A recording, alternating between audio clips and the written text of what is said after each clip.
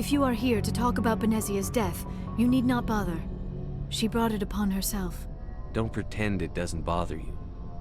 She was your mother. She was. But she was not. I prefer to remember Benezia as she used to be, before she was corrupted by Sovereign's power. The best of your mother lives on in you. Her determination, her intelligence, her strength. That is kind of you to say. I appreciate your concern, but I am fine. Benezia chose her path, just as I have chosen mine. I am with you until the end, Shepard. Maybe we could pick up where we left off. You were telling me about your interest in the Protheans. Actually, I think I was talking about my interest in you, and making a fool of myself in the process. As I said, I am not used to dealing with people, especially humans. I did not really know much about your species when we first met, Shepard. I found it hard to take humanity seriously. Your kind always seemed so rushed and high-strung. We don't have the luxury of time. And the Asari can live for 1,000 years. We're lucky if we hit 150. That is true. At first I thought that was a weakness of your species. After spending time with you and your crew, however, I think it may actually be an advantage. You humans are creatures of action. You pursue your goals with an almost indomitable determination. It is an admirable trait, but also an intimidating one. You're scared of us?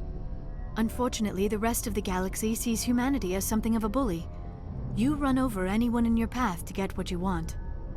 It is up to people like you to change their minds, Shepard. I'm doing the best I can, Liara. There is a reason the Council chose you to become a Spectre. They saw something special in you. The best of what humanity has to offer. I looked into your history. I know what happened on Akuz. The fact that you survived shows a remarkable strength. You didn't need to go behind my back. I would have told you whatever you wanted to know. I apologize, Commander. After our last conversation, I was afraid I would say something stupid again. I wanted to know more about you. To understand what made you into the man you are. There is something compelling about you, Shepard. Are you sure you're interested in me?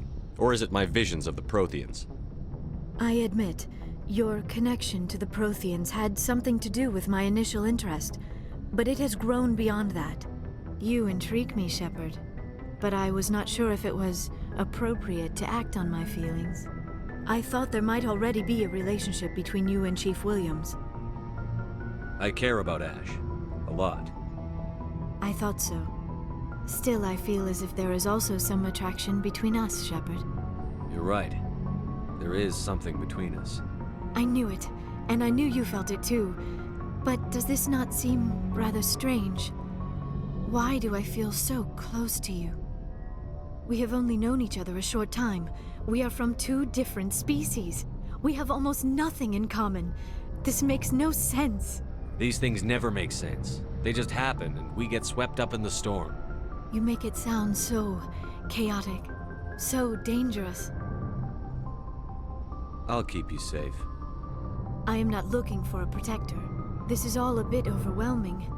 I am not used to this. You. I need some time. Take all the time you need, Liara. I'll be here. Thank you, Shepard. Let's just talk about something else for now. I should go. Goodbye, Shepard.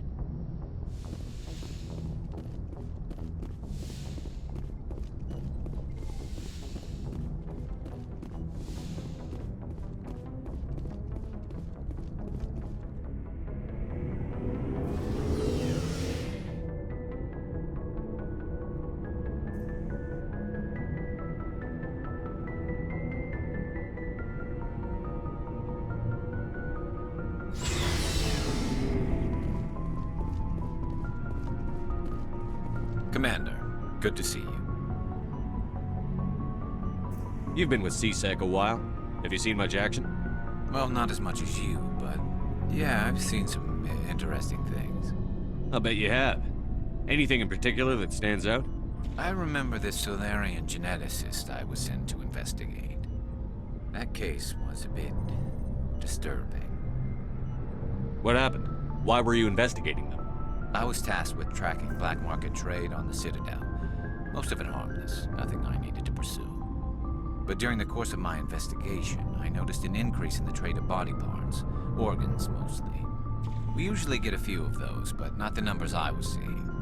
We weren't sure if there was a new black market lab or if some freak was harvesting organs from citizens. You've seen this before on the Citadel?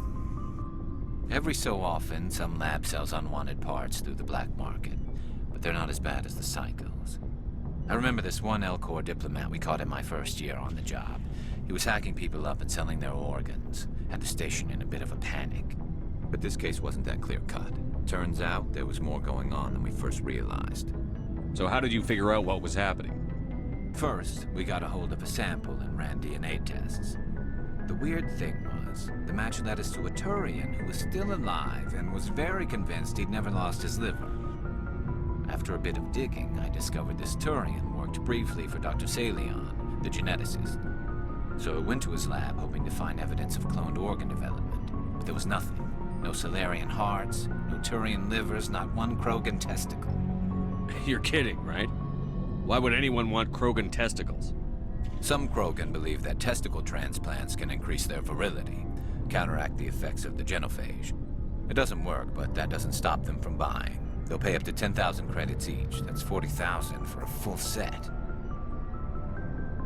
Somebody's making a killing out there. What did you do about the geneticist? I brought in some of his employees for interrogation, to see if I could get them to talk. While I was interviewing one of them, I came across something suspicious. You mean threaten? Was that really necessary? Maybe, maybe not. Either way, it paid off. One of my detainees started bleeding profusely during the interview. We offered to patch him up, and he got frantic, freaked out. I ordered a full exam to find out what was going on. Our medics found incisions all over his body, some of them fresh. That was our big break. These people weren't just Dr. Salion's employees. They were test tubes, walking, living test tubes. He was growing parts inside these people? Exactly. He cloned their organs right inside their own bodies. Then he harvested them and sold them off. Most of the victims were poor. He'd pay them each a small percentage of the sales, but only if the organs were good. Sometimes an organ wouldn't grow properly, so he'd just leave it in them. Most of them were a mess, but only on the inside, hidden so nobody could see it. I hope he got what he deserved. That's the worst part. We never caught him. Why not? What the hell happened? He ran, blew his lab, grabbed some of his employees, and headed for the nearest space dock.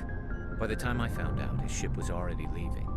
He threatened to kill his hostages if we tried to stop him. But you went after him anyway, right? I ordered Citadel Defense to shoot him down, but CSEC headquarters countermanded my order. They were worried about the hostages, worried about civilian casualties if the ship was destroyed so close to the Citadel. I told them those hostages were dead anyway. He just used them to make more organs, but they wouldn't listen. Well, you can't get them all. No, but letting him get away like that. All they had to do was disable that ship, stop him from running. Maybe the hostages die, maybe they don't, but at least we stopped the bastard responsible for it all. I suppose I can see both sides. But what's done is done. I suppose. Can't waste too much time worrying about it now. Just wish I could have stopped him. That's all. I gotta go. Commander. What do you want, Shepard? Why did you become a mercenary? Lots of reasons. Such as? Such as, I needed to get out of our system. I needed to eat. I needed to survive. Why not stay and help your people? I tried to help. That's why I had to leave. What happened? I was betrayed. I was head of a small tribe. We were trying to restore order after the war, but the other tribes were against us. They followed Jared, one of the few warlords who survived the war with the Turians. But he was old, and so were his ideas. He wanted to continue the war. He wanted us to fight. Turians, Solarians, each other. It didn't matter who, as long as we were fighting. What did you want? I just wanted Jared to shut up, to stop his ranting. I wanted him to stop leading the tribes astray. But he couldn't understand how much things had changed. We didn't have the numbers to go to war. Even if we did, the genophage made sure we couldn't replenish our numbers fast enough. I told them all to forget about war. We needed to focus on breeding, at least for one generation. And for a while, we were getting through. Some of the tribes started coming around. I take it the warlord didn't appreciate that. No, he didn't.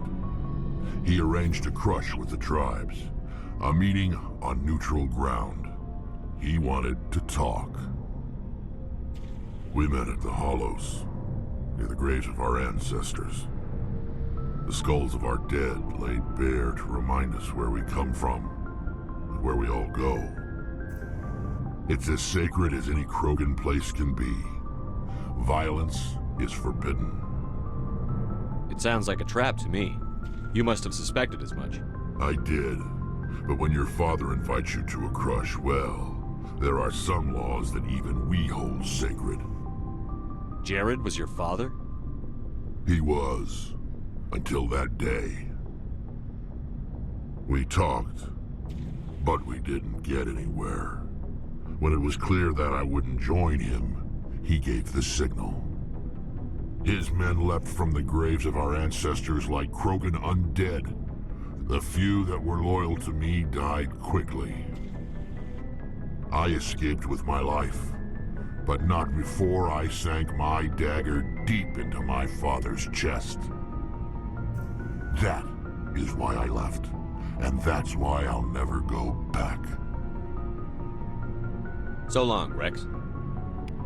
Shepard. Oh, before I go, you said you're serving with Commander Shepard now? We saw him on the news here. He's cute. Later, sis. Tell me you didn't hear that. Afraid I did. Oh, shoot me now. One of my sisters. That's Sarah, the youngest. Surprised to see you here, sir. Thought you'd be chatting up, what's her name? T'Soni? Liara, why would you think that? Scuttlebutt says you got a bit of a thing for her. I could understand why. The crew's off limits with the regs against fraternization. And at least she looks like a woman. You think I'm interested in Liara because she's the only one I'm allowed to date? So you are interested in her. Of course, it could be politics. Alien diplomat's daughter, us under orders to make nice with the bug-eyed monsters. What's up? You didn't come by to eavesdrop on family mail. Your family seems to be important to you.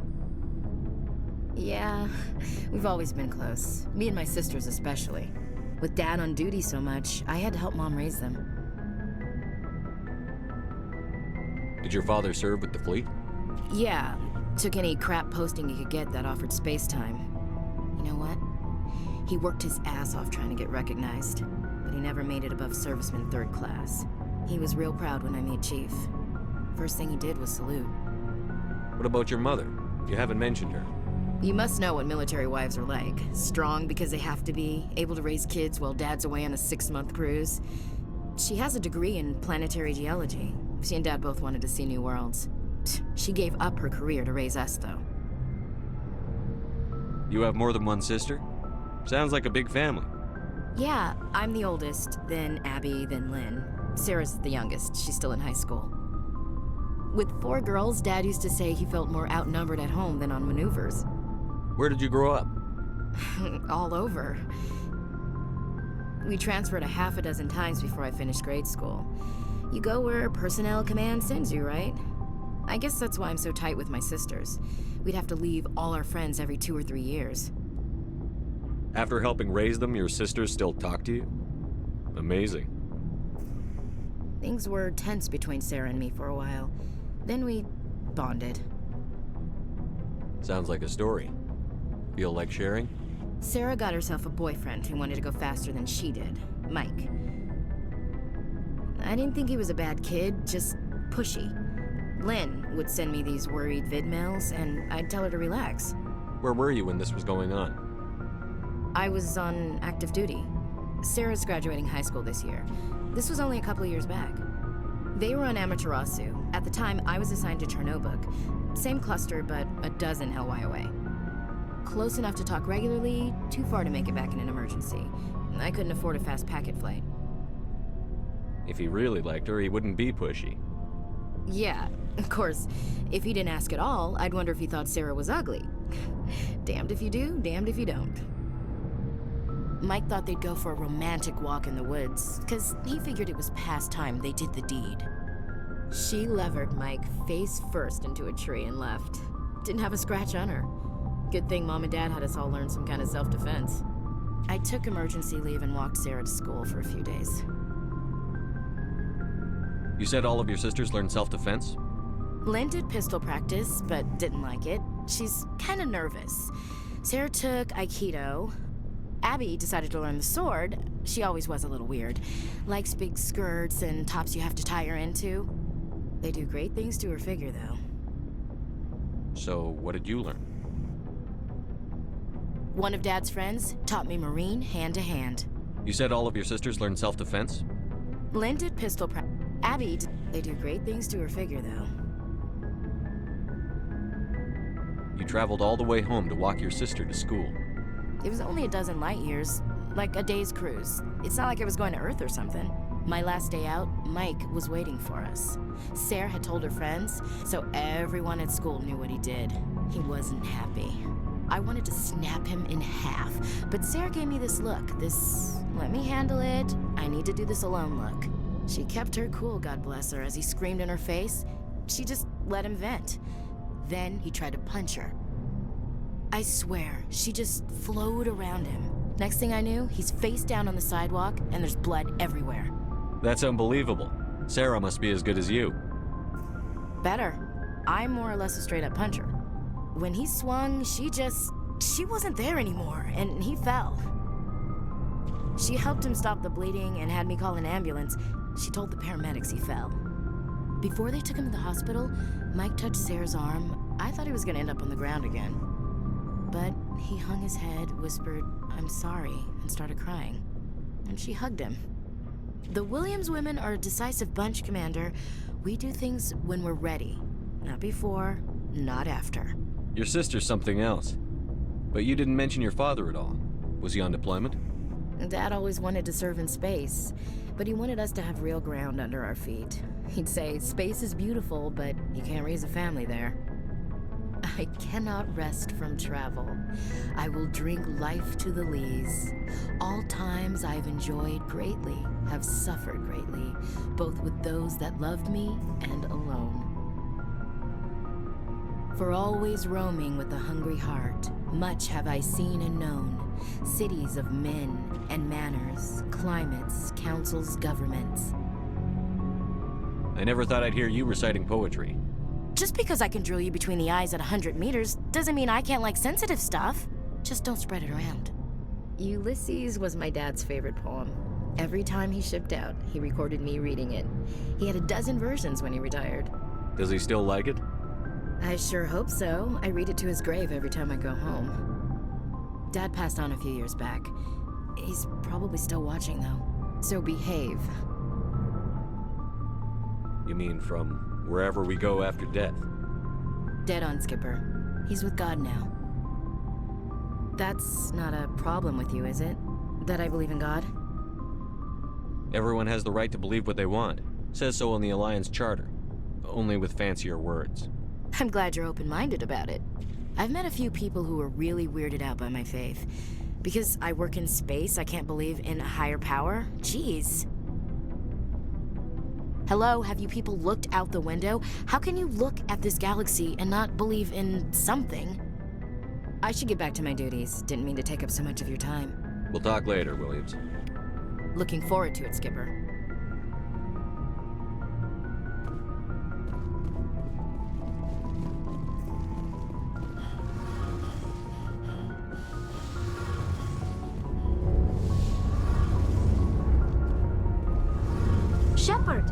glad you're here.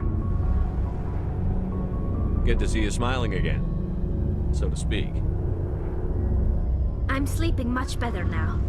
I guess I'm getting used to how quiet your ship is. I still think a lot about my pilgrimage, though. I know Theron's our top priority, but with all the worlds we go to, I was hoping to find something to bring back to the flotilla. We've still got a long way to go. You'll find something to take back. Yes, but it cannot just be some derelict ship my people can use for salvage. It has to be more than that. There's a lot expected of me. What's so special about you? It's my father. He's the senior member of the Admiralty Board. He's one of only 5 people who can overrule the decisions of the Conclave for the good of the migrant fleet. My father is responsible for the lives of 17 million people. Our entire race is in his hands, and I'm his only child. So are you some kind of heir to the Quarian throne or something? No, it doesn't work that way. My father's position isn't hereditary. I'll probably never serve on the Admiralty Board myself. Officially, I'm just the same as any other citizen. But it doesn't work that way in practice. People have always treated me differently because of who my father is. You must get all kinds of special privileges. I probably had it easier than most growing up, but it's not all good. People like my father have enemies, and they're not above using me to get to him. It must be tough on you. My people place a high value on family and ancestry. There's an unspoken expectation that I'll live up to my father's example. Everyone's waiting for me to do something great on my pilgrimage, something that will forever change our lives for the better. If I don't, it's like I failed, and that reflects badly on both me and my father. The work you're doing here is more important than anything any Quarian has ever done before. Yes, I know. But you have to understand Quarian culture. We're a very insular society. The events beyond the flotilla don't much matter to the average citizen. Our greatest dream is that one day we'll return to our homeworld and drive out the Geth. But even if we stop Seren, that's not going to happen. There's still millions of Geth behind the veil. Until they're gone, our exile will continue. What would you need to bring back to make everyone happy?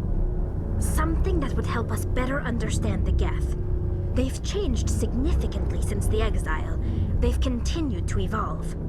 We've done our best to study them, but it's not easy. They're very reclusive.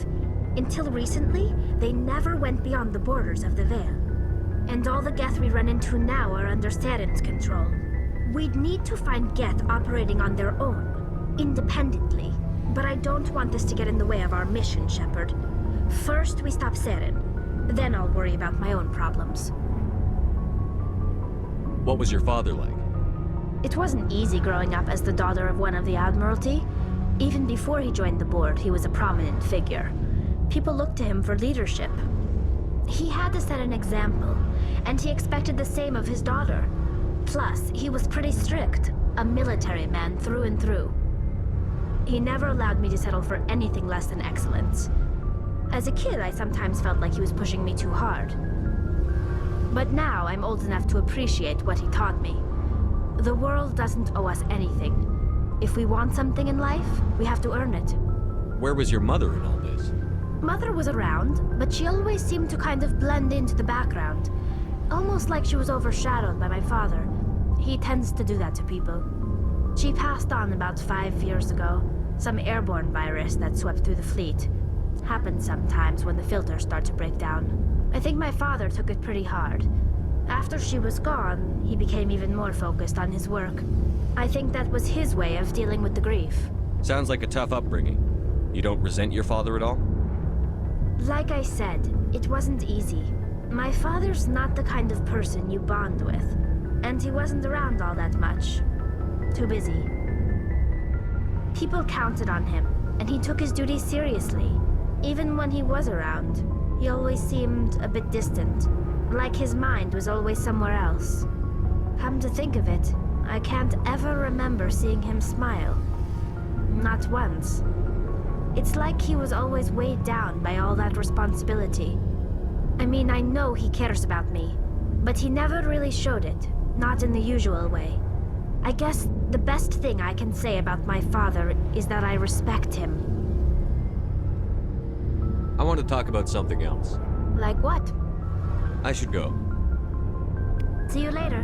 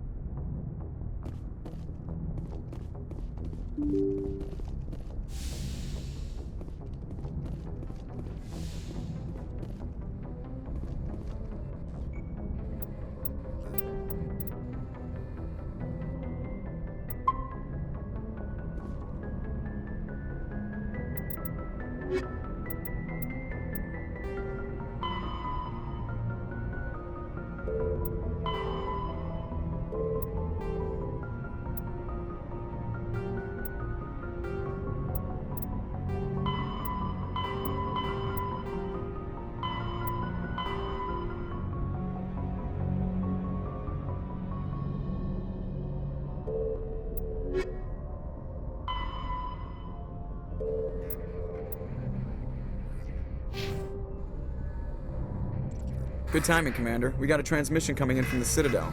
Top priority clearance. I'll take it in the comm room.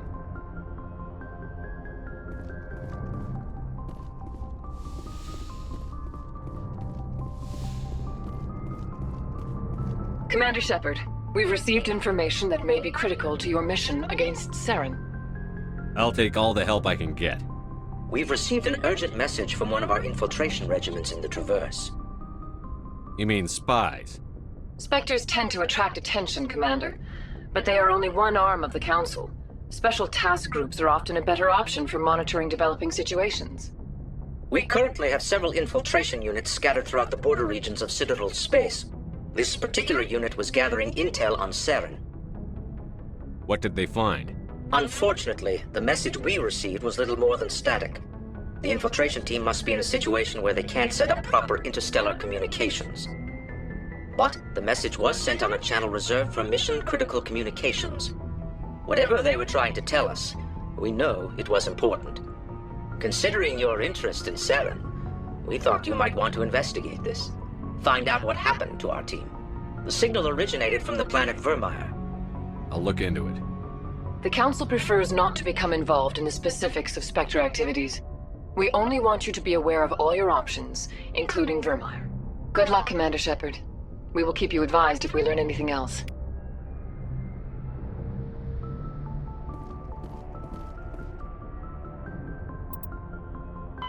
Larger warship, Sovereign is the flagship of the rogue Spectres Saren. An enormous dreadnought larger than any other ship in any known fleet, it is crewed with both Geth and Krogan. At 2 kilometers long, its spinal-mounted main gun is likely capable of penetrating another dreadnought's kinetic barriers with a single shot. How Saren acquired this incredible warship is unknown. The prevailing opinion is that Sovereign is a Geth construct, while others believe it is a Prothean relic. Its design, however, hints at a more alien and mysterious origin. The attack on Eden Prime demonstrated Sovereign's ability to generate mass effect fields powerful enough to land on a planetary surface. This implies it has a massive Element Zero core and the ability to generate staggering amounts of power. There are between 2 and 4. Vermire is a lush world located on the frontier of the Attican Traverse. Its vast seas and orbital position on the inner life zone have created a wide equatorial band of humid, tropical terrain. Only the political instability of the region has impeded efforts at colonization. Many times the Citadel has opened negotiations to settle Vermire with various criminal gangs and petty dictatorships in the nearby Terminus systems. All fell apart due to internal power shifts within the opposing parties. The Citadel has written off the colonization of Vermire as impossible without significant political change.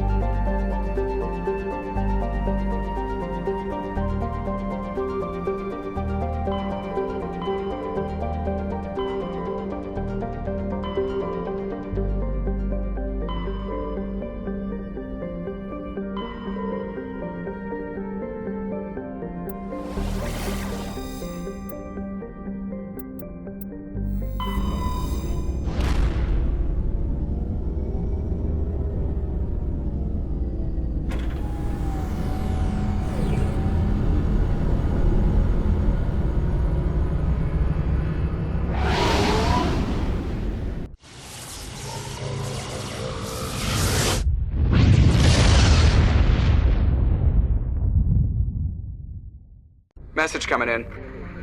Patching it through. Normandy, this is Alliance Command. We're detecting your presence in the Attican Beta Cluster. One of our surveillance drones was gathering intel on Geth activities in the region when it was spotted and shot down. You need to go groundside and recover the drone's data module before the Geth find it.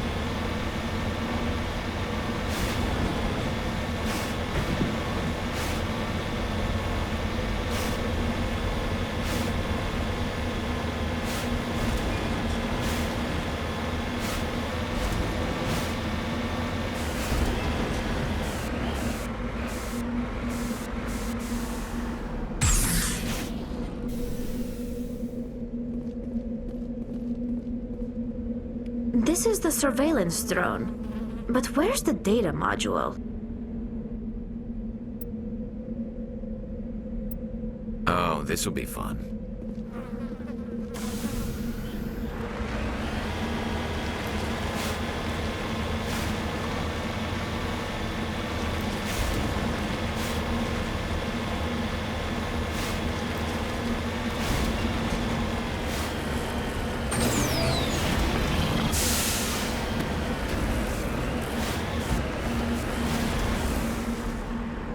On my way!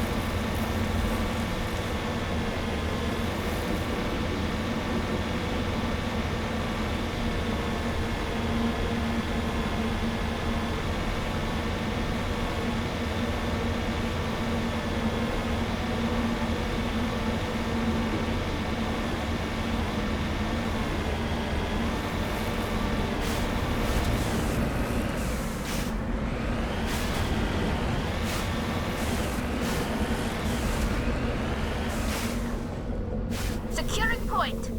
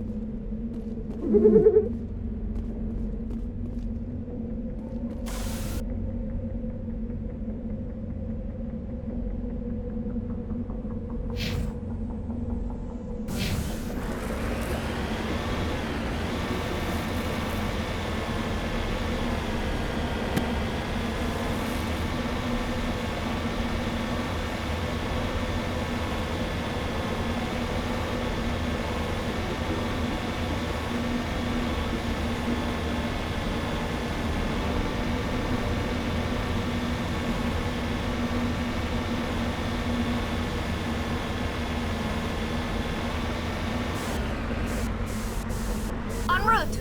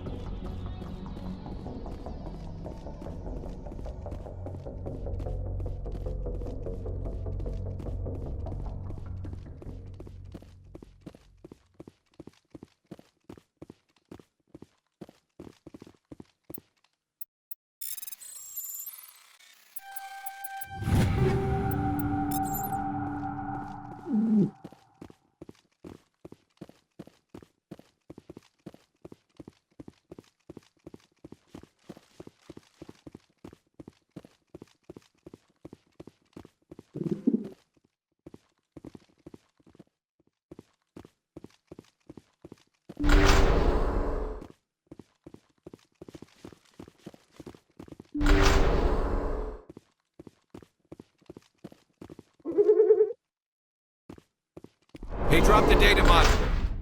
It's a miracle the data module is still intact. Joker should be able to transmit this info to Alliance Command.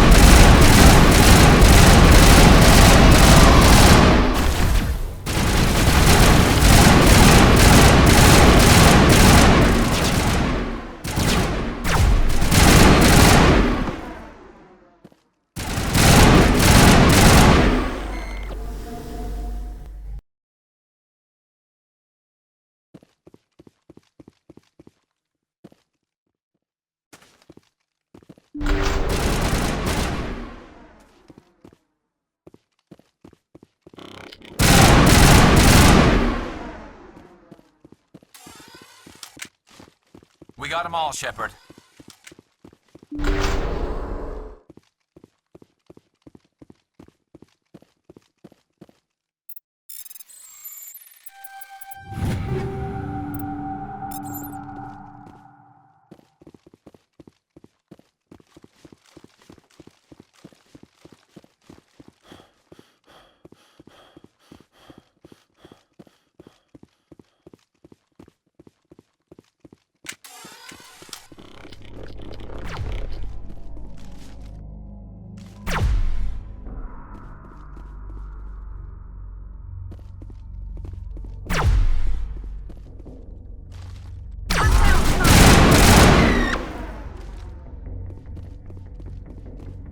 Perimeter clear.